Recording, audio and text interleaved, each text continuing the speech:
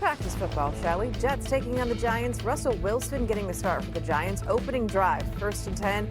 Their own 19. Wilson has time. Wilson deep across the field. That is Bo Collins. Collins, a man on a mission, a man down at the 1. 80-yard gain.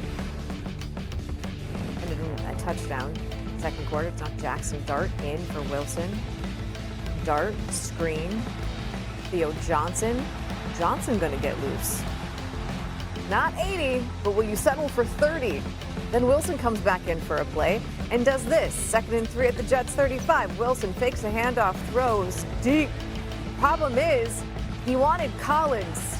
Quantez Stiggers does not play for the Giants, sir. Wilson, frustrated. Don't say that I blame him. Let's bring back Dart. Dart fakes the toss, finds Greg Dulcich.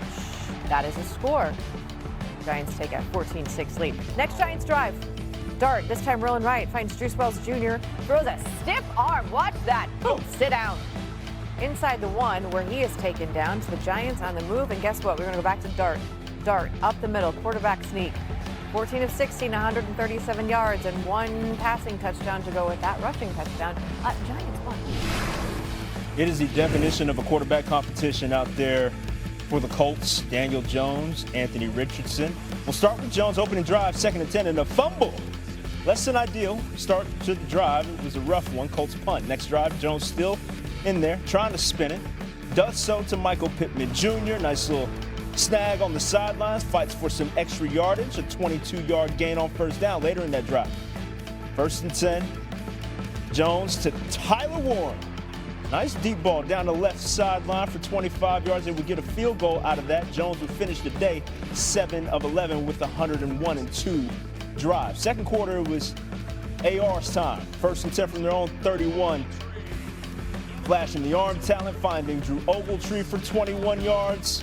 Same drive, 3rd and 9, money down. And this is the natural ability that kind of sets Anthony apart. Able to step up, get a 9-yard gain on 1st down. His only rush of the game. A few plays later, hand it off to the running back to do the dirty work.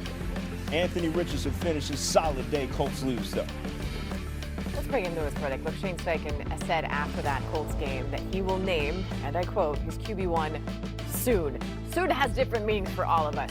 Who would you pick between Anthony Richardson and Daniel Jones to be your starter?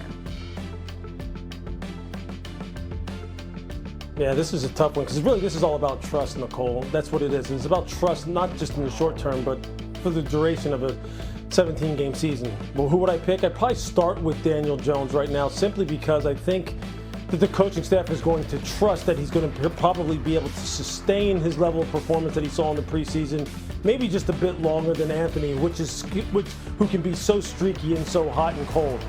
And then if Daniel does start to falter, you can bring Daniel Jones back in there and continue on with his development. Like, I think this is a hell of a situation for head coach Shane Steichen to be in. It really is. Because Anthony Richardson was drafted to be the future. And as an organization, you don't want to give up on him. And I'm not saying that they are giving up on him, but I think right now coming out of the gate, probably a safer bet, as ironic as this may sound, considering how Daniel Jones' time in New York in particular ended, I think I would start with him, but I would have Anthony Richardson ready to go at a moment's notice. It's also interesting that you use the word trust. Which one do I trust more in that situation? Okay, there is also another quarterback situation unfolding, this one in New York, because we saw Russell Wilson and Jaxson Dart in the game tonight against the Jets. Both of them had 100 yards against the Jets, so though most of it came at least for Wilson on that one play. When you look at what the Giants are doing, when they're using both of the quarterbacks, how are they putting them in a position for them both to succeed? Yeah, I think head coach Brian Daboll and offensive coordinator Mike Kafka are doing a great job of playing to their strengths. What Russell's strength his entire career has been the deep ball off of play action.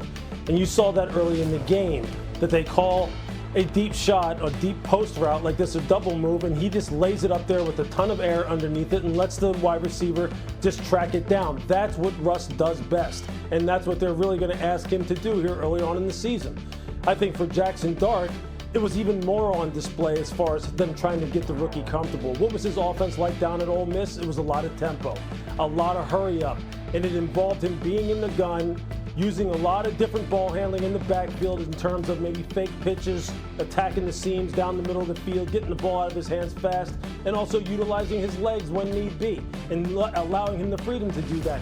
You're seeing all this stuff come to fruition here in New York in terms of Jaxson being utilized in that way and then having success. I think that's exactly what coaches are supposed to do, and that's why I don't think it'll be long. And this isn't to be disrespectful to Russell, but I don't think it'll be long before Jaxson winds up playing for this football team this year, because he really does seem to be on a real sweet learning curve right now and on his way to being QB1. It'll be interesting to see how they use them. Look, we don't get Lewis a lot on this show, so we're going to make him stick around for another segment. He wants to talk rookies. I think we'll allow it, so just stand by. SportsCenter, Dillon Gabriel with the Browns, at least for now, taking on the Eagles. It's Gabriel's preseason debut. Remember, they started Shedeur Sanders last week. First quarter, first drive, Gabriel. Look at that. Jamari thrashed. That's a first down. Gabriel actually went 3 for 3 on third down during his first drive. Starting the second, though, rolls left, looking for Deontay Johnson, and that is not Deontay Johnson.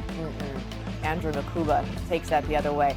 Adding insult to injury, that's not just a pick, that's a pick six. That gave the Eagles a 7-6 lead. Then under 2 minutes to go in the first half, now 2nd and 15 on the 33-yard line. So after the mistake, we're going to have some good from Gabriel. Gabriel drops back, fires this. Peyton Davis turns that into a gain of 29. That's the longest pass of the day. Led to a Browns field goal. Competition is live.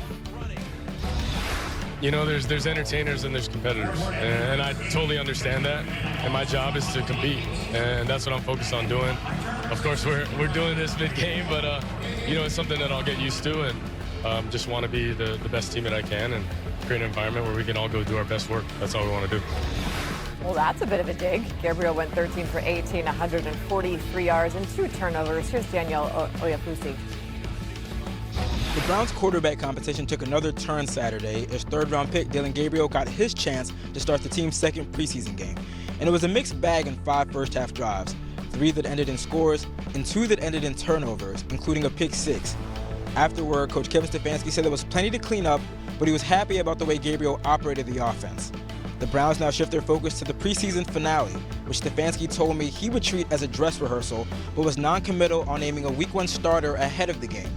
There's still health concerns with Kenny Pickett and Shedeur Sanders, but if next week is a true dress rehearsal, we could see Joe Flacco, who has taken almost all the first-team reps in camp, leading the starting offense. From Philadelphia, Daniel Oyafusi, ESPN. This feels like a tradition unlike any other, because since 1999, the Browns have started 40 different quarterbacks, and only 3 of them actually have a winning record. Now, of those 3, Joe Flacco is on the list. He's actually among those competing for this. Or less, maybe? Anyway. It has to be at least 2 minutes. At least, okay. 2, we got Patriots, Vikings, 3rd and 4 for New England here on the Minnesota 8. Travion Henderson, just a bruiser of a back. He had 4 carries, 20 yards, plus that touchdown. Patriots would win 20-12. However, also in this game, Kevin O'Connell was experiencing some preseason woes on offense. Excited about this year's team and excited about this play call, fellas. What do we got? What do we have? Fast motion. Oh, no. I like this. Perfect. We mic up coaches every game. Every time in the middle of a play call. I love it. I love it. You see it here. It would have been a great play, but it was called back. Illegal formation. Hilarious. Bucs and Steelers, first quarter, Bucs leading 7-0. Teddy Bridgewater. How about this to Emeka Egbuka? He's the guy in the corner for a touchdown. We call this efficient. 1 reception, 5 yards, 1 score. And the Bucs would win 17-14. I think the real highlight of the day, though, came from this next guy. Yeah, Ashton Genty, an absolute monster, obviously from his Boise State days, but early first quarter here. Gets the pass out of the backfield and go to work, young man. Just absorbing contact. It's fine, but he would be a bit of pain and head to the medical tent. Later in the first game, tied at 3, he's back in, and he's back to work. The shoulder seems fine. 13-yard gain, keeping the drive alive for Vegas. the social media angle is always pristine. That download just reminds you of just how fast these cats are moving. Early second quarter, same score. Raiders at the 1. Genty hits pay dirt. 33 yards on the day. First touchdown of the preseason to go along with it. Niners would win. Louis Riddick is back. Look, we had a full Saturday of preseason action after it's all said and done, so where we are now. Who stood out to you the most today?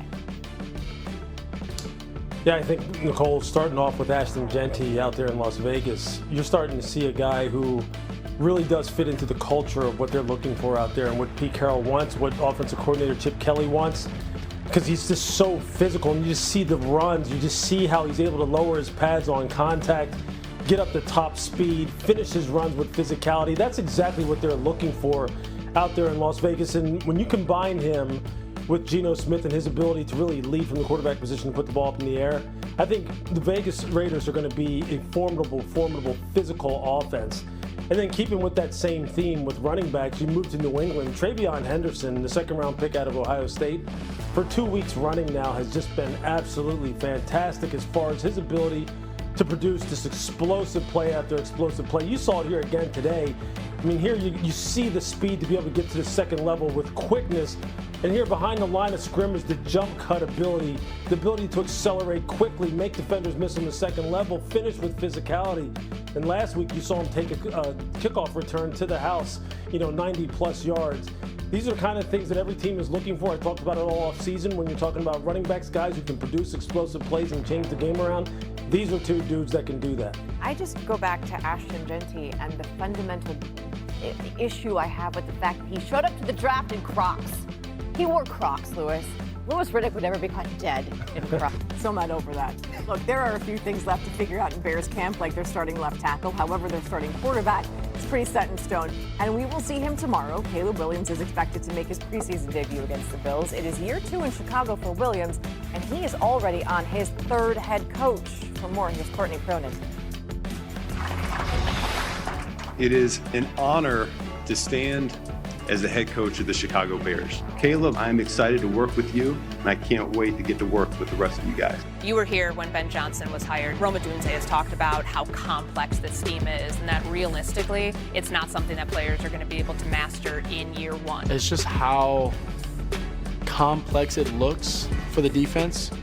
And then when you get into the offense, Ben said it before, it's trying to make everything look the same but be different. A keeper, play action, screen, and a drop back and all of these different things that all look the same for a defense, and then it's different. That's what gets our guys open. That's what Ben specializes in, and we got to keep following it. What tools do you use to gauge success of that? I've set goals for myself, and that's making sure I get all 11 guys moving on the same pace at the same time. When I snap the ball, going through our reads, seeing the defense, and having confidence going out there and deliver the ball. You really wanted somebody to come in here, hold you accountable, coach you hard. How has he done that so far? Yeah, he's done exactly that. He's been tough on me. He's been hard on me, and it's been great getting coached like that and being pushed, and the whole team seeing me being pushed like that. He set the standard. It's